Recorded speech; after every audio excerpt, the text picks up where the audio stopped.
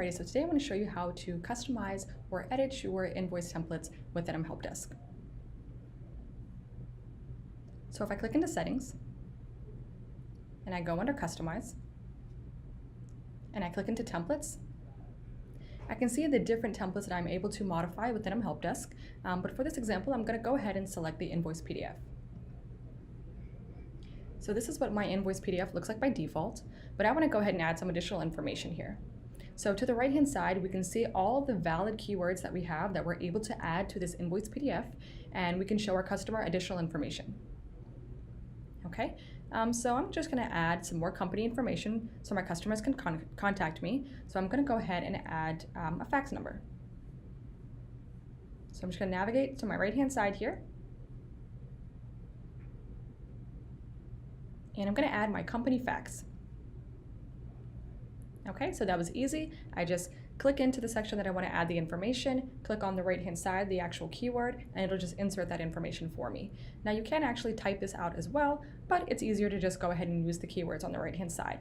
So I'm going to go ahead and save it, and then we can view my updated template. So if I click View Sample,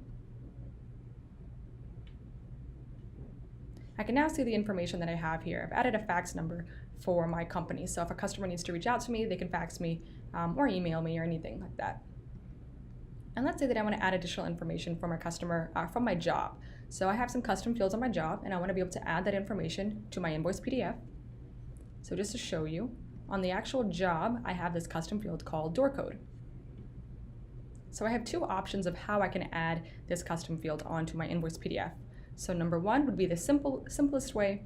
I can go ahead and I can add my custom field section from my jobs onto my invoice. Now this will carry on all of your job custom fields onto your invoice template. Now if I wanted to just do a simple one at a time custom field added to my invoice PDF, I could actually type it out. So you do want to type this out letter for letter, exactly how it's shown on the actual custom field. And then before the custom field name, you will add this information, underscore, capital CF, underscore, and then I'm going to type out my custom field name. So my custom field name was door code. Now anywhere there's a space, you want to add a underscore as well. Okay, so this is how it needs to look. I've got my underscore CF underscore before the actual name, and then if there's any spaces, I have the underscore in between, and then at the end you want to close it by adding the underscore as well. Now this will allow for me to just simply add this one custom field to my invoice PDF instead of having all of the custom fields that I've created. The ticket custom fields word above will actually add all of your custom fields. So just keep that in mind when adding custom fields to any other templates. And then I can go ahead and save that. So now it'll actually update my template here, and it'll show you, here's the door code. This is as if I was adding all of the custom fields here. And then this is the simple, just one custom field at a time. One thing to keep in mind, you do want to put your labeling before the custom field here because it will not automatically do that for you. So before the CF underscore door code here, I would just put in the name door code so it'll know on the PDF what it will actually be.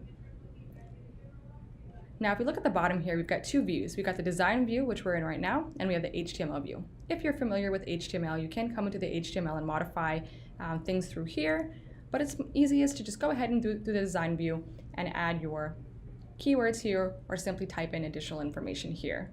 If I want to write any additional message,